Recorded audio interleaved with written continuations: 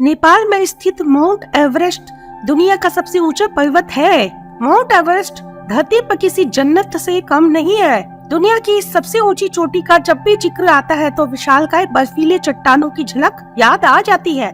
बर्फ की सफेद चादर ओढ़े माउंट एवरेस्ट को देखने नेपाल में हर साल कई यात्री जाते हैं, लेकिन इसकी ऊंचाई इतनी है कि इसको पार करना इतना भी आसान नहीं है। मुश्किल ट्रैकिंग रास्ते और खतरनाक चढ़ाई के चलते ही हर साल कई पर्वतारोही यहाँ आते तो हैं, पर बेहद ही कम होते हैं जो इस चोटी को पार कर पाते हैं। नेपाल में माउंट एवरेस्ट को सागर माथा के नाम से जाने जाने वाला पर्वत दुनिया का सबसे ऊंचा शिखर है।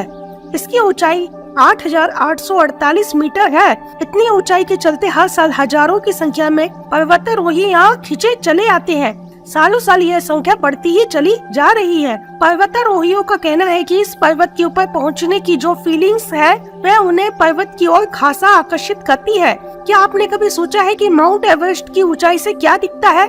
तो बने रहिए इस वीडियो के साथ और आज हम आपको बताते हैं कि दुनिया की इस सबसे ऊंची चोटी के ऊपर से आखिर दिखता क्या है। हेलो दोस्तों, मैं हूँ मीनू और आप देख रहे हैं वर्ल्ड 2 चैनल। तो चलिए शुरू करते हैं। दोस्तों, 8,848 मीटर ऊंची इस पर्वत की ऊंचाई सबसे पहले 1856 में ब्रिटिश इंडिया द्वारा किए गए सर्वे से पता चली थी। हालांकि तिब्बत के स्थानीय लोग इस चोटी को चोमोलोंगमा चोटी के नाम से जानते हैं, लेकिन ब्रिटिश सर्वेयर जनरल एंड्रयू वार ने सर जॉर्ज एवरेस्ट के नाम पर इस चोटी का नाम एवरेस्ट रखा।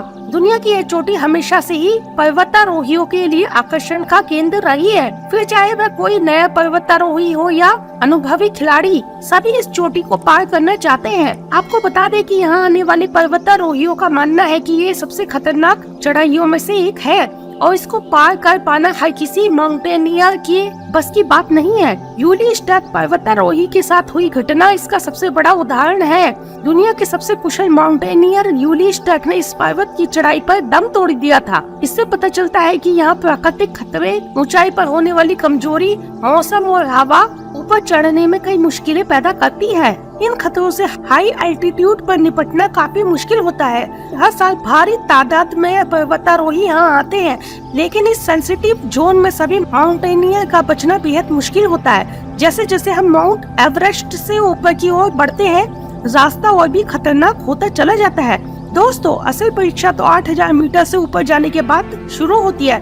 इस इलाके को पर्वतारोही डेथ जोन के नाम से बुलाते हैं, जहां परिस्थितियां इतनी खतरनाक होती है कि अगर किसी वजह से पर्वतारोही की मृत्यु हो जाती है तो उसके शव को वहीं छोड़कर आगे बढ़ जाते हैं। और अगर आप कभी इस चढ़ाई का हिस्सा बनते हैं तो रास्ते में जाते हुए ऐसे कई शव देख सकते हैं जो चढ़ाई वाले रास्ते पर जमे हुए होते हैं। कहा जाता है कि यहाँ पहुँचने के क्रम में अब तक 1000 से भी ज्यादा लोग अपनी जान गंवा चुके हैं। माना जाता है कि इस पर्वत पर चढ़ने वाला हर 10 में से एक शख्स ऐसा होता है जो इसकी ऊंचाई तक पहुँचने के लिए कैंप से निकलता तो है, पर कभी वापस इस कैंप में नहीं लौटता है। इसका कारण यह है कि 321 किलोमीटर प्रति घंटे की तेज रफ्तार से चलने वाली हवा होती है। ठंड इतनी ज्यादा होती है कि टेम्परेचर -62 डिग्री सेल्सियस तक पहुंच जाता है। ऐसे में एक आम इंसान का बच पाना बेहद मुश्किल होता है। दोस्तों, आपको जानकर शायद हैरानी हो, हर साल नेपाल के बाद सबसे ज्यादा माउंटेन क्लाइंबर्स अमेरिका, ब्रिटेन और भारत से आते हैं। इस चोटी की ऊंचाइयों को छूने वाला पहला पर्वतारोही भी नेपाल से ही था, जिसके नाम 21 बार माउंट एवरेस्ट को फतेह करने का रिकॉर्ड है। दरअसल इस पर्वतारोही ने 1953 में माउंट एवरेस्ट की यात्रा शुरू की थी। इसने पहले टॉम बर्डिलोन और चार्ल्स इवांस के दल को सबसे पहले माउंट एवरेस्ट पर चढ़ने के लिए भेजा गया था। काफी हद तक यह पर्वतारोही अपनी इस यात्रा में कामयाब भी हो गए थे, लेकिन किस्मत को कुछ और ही मंजूर था। शायद यह रिकॉर्ड पहले ही किसी और के नाम लिखा जा चुका था, इसलिए माउंट एवरेस्ट की ऊंचाई से महज 300 फुट की दूरी पर इन दोनों पर्वतारोहियों की हिम्मत ने जवाब दे दिया। इतनी ऊंचाई पर ऑक्सीजन की कम मात्रा और टेम्परेचर में आई गिरावट को यह दोनों माउंटेनियर सह नहीं पाए और थके हारे वापस लौट आए। इस घटना के 2 दिन बाद ही यह मौका न्यूजीलैंड के एडमंड हिलरी और नेपाली शेर्पा तेंजिंग नोर्गे के हाथ लगा। हालांकि इससे पहले तेंजिंग कई बार माउंट एवरेस्ट की चोटी पर चढ़ने में असफल रहे थे, लेकिन वह हमेशा से ही इन वादियों के पीछे के नजारों का लुत्फ उठाना चाहते थे। मगर ऐसा करने में हर बार मिली असफलता के कारण वो इस बार पक्के मन से माउंट एवरेस्ट की ओर बढ़े। और 29 मई 1953 को सुबह 11:30 बजे चोटी पर पहुँचे। इस यात्रा में सबसे पहले हिलेरी ने शिखर पर कदम रखा और फिर ये दोनों माउंट एवरेस्ट की ऊंचाई को छूने वाले पहले पर्वतारोही बन गए। दोस्तों, माउंट एवरेस्ट का ये शिखर और पूरा पहाड़ 2 देशों में बटा हुआ है। इसका दक्षिणी भाग नेपाल में पड़ता है और ज्यादातर हिस्सा नेपाल के अंतर्गत ही आता है और इसका उत्तर हिस्सा चीन के तिब्बत प्रदेश में पड़ता है। एवरेस्ट के टॉप पर चढ़ने के बाद अगर मौसम साफ है तो आपको दूर दूर के कई बड़े पहाड़ दिखाई देंगे। साफ मौसम में हम आराम से इस जगह से 400 से 500 किलोमीटर दूर तक के पहाड़ देख सकते हैं। आपको यहाँ से अमरडबलम नाम का पहाड़ दिखाई देगा जो नेपाल में स्थित है और जिसकी ऊंचाई 6812 मीटर है। इस जगह से आपको भारत के बॉर्डर तक के सीमाई पहाड़ भी दिख सकते हैं। आपको यहाँ से चैंगसे नाम का पहाड़ भी दिखाई देगा जिसकी ऊंचाई 7543 मीटर है और वह चाइना में स्थित है। सिर्फ इतना ही नहीं, अगर मौसम बहुत साफ है तो आपको दुनिया का तीसरे नंबर का सबसे बड़ा पर्वत कंचनजुंगा भी दिख सकता है।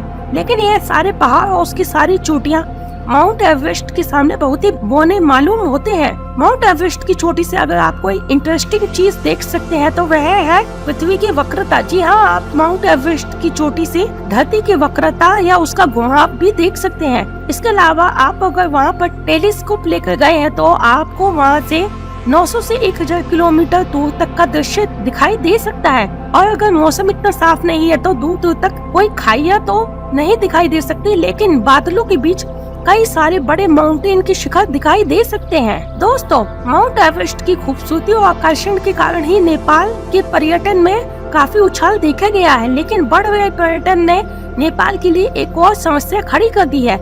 जी हाँ, आए दिन पर्वतारोही चोटी पर चढ़ने की मंशा को लेकर एवरेस्ट की ऊंचाई पर जाते तो हैं, पर वास्ते में आने वाली हर छोटी बड़ी चोटी पर ढेर सारा कचरा छोड़ आते हैं। इसका परिणाम यह होता है कि आज माउंट एवरेस्ट की ऊंचाई पर 50 टन से भी ज्यादा कचरा इकट्ठा हो गया है। हालांकि 29 नेपाली पर्वतारोहियों के दल द्वारा 16 टन कचरा हटाया भी गया है। दोस्तों, 42 दिन तक चले सफाई अभियान में हर दिन पर्वतारोहियों ने 7 घंटे तक काम कर याक की मदद से इस कचरे को नीचे भेजा, लेकिन फिर भी विशेषज्ञों का मानना है कि अब भी एवरेस्ट में 50 टन कचरा बचा हुआ है। आपको बता दें कि ये एवरेस्ट सफाई अभियान 2008 से चल रहा है। विशेषज्ञों का मानना है कि माउंट एवरेस्ट पर बढ़ते इस कचरे के ढेर से माउंट एवरेस्ट कहीं दबता सा जा रहा है। इस स्थान की प्राकृतिक सुंदरता में भारी गिरावट आ रही है, साथ ही इसका इकोसिस्टम भी खराब हो रहा है। हालात इतने बदतर हो रहे हैं कि दुनिया के जाने माने पर्वतारोही इस बात की ओर चेतावनी दे रहे हैं कि अगर जल्द ही इस पर कोई ठोस कदम नहीं उठाया गया तो माउंट एवरेस्ट के इकोसिस्टम में आए असंतुलन का भुगतान पूरी दुनिया को उठाना पड़ेगा। उनका कहना है कि अंतर्राष्ट्रीय मंच के माध्यम से इस और खासा ध्यान देने की जरूरत है। दोस्तों, एक वक्त था कि सुंदर से दिखने वाले इन पहाड़ों की चोटी से नीचे देखने पर बर्फ की चादर में ढके पहाड़ दिखाई देते थे। ये नज़ारे इतने दिलकश होते थे कि उन्हें देखने के लिए पर्वतारोही यहाँ आते थे। लेकिन जैसे जैसे यात्रियों की संख्या में इजाफा हुआ, इस चोटी से दिखने वाले पहाड़ों की खूबसूरती में भी भारी गिरावट आई है। आज हालात यह है कि 9 किलोमीटर लंबी इस रास्ते को तय करके जब पर्वतारोही माउंट एवरेस्ट की चोटी पर पहुंचते हैं तो वहां उन्हें 50 टन कचरे के सिवाय कुछ और नहीं दिखाई देता है। दरअसल दोस्तों, हर साल यहाँ आने वाले पर्वतारोही अपने साथ ऑक्सीजन सिलेंडर, खाने की चीजें, प्लास्टिक बैग और खाली बोतलें चोटियों पर छोड़ देते हैं, जिसके कारण माउंट एवरेस्ट कचरे के अंबार तले कहीं दबता जा रहा है। आज इतनी ऊंचाई से नीचे देखने पर माउंट एवरेस्ट की जगह कचरे का पहाड़ नजर आता है। हाल ये है कि दोस्तों, जल्दी ही कुछ नहीं किया गया तो माउंट एवरेस्ट की श्रृंखला में भूचाल आ सकता है, जिससे उसकी ऊंचाई कम हो सकती है। दरअसल भाग दौड़ वाली दुनिया से दूर यह पर्वत एक सेंसिटिव जोन में आता है, जहाँ छोटी सी हरकत से भी भूकंप या भूस्खलन का खतरा बना रहता है। ऐसे में इतनी भारी मात्रा में एवरेस्ट का कचरा इकट्ठा होता रहा तो यह नेपाल के लिए विनाशकारी साबित हो सकता है। तो दोस्तों, आपको पता चल गया होगा कि माउंट एवरेस्ट की ऊंचाई से क्या दिखता है। माउंट एवरेस्ट की ऊंचाई से बर्फ के सुनहरे पहाड़ों के साथ साथ पहाड़ों की श्रृंखला पर इंसान द्वारा फैलाए गए कचरे का ढेर भी दिखाई देता है। यदि आपको ट्रैकिंग करना पसंद है और आप कभी अपनी जान पर खेलकर इस ऊंची पहाड़ की चोटी पर जाना चाहेंगे तो हमें कमेंट में जरूर बताएं। उम्मीद है दोस्तों, आज के हमारे इस वीडियो ने आपको एंटरटेन किया होगा। अगर वीडियो आपको पसंद आया हो तो इसे लाइक जरूर करें और ज्यादा से ज्यादा शेयर करें। साथ ही साथ हमारे वर्ल्ड टू चैनल को सब्सक्राइब कर नोटिफिकेशन बटन ऑन कर लीजिए ताकि आप हमारी आने वाली हर वीडियो का लुत्फ उठा सकें। वीडियो को अंत तक देखते रहने के लिए आपका बहुत बहुत शुक्रिया। हम जल्द हाजिर होंगे एक नई वीडियो के साथ। अगली वीडियो तक दोस्तों take care and be happy.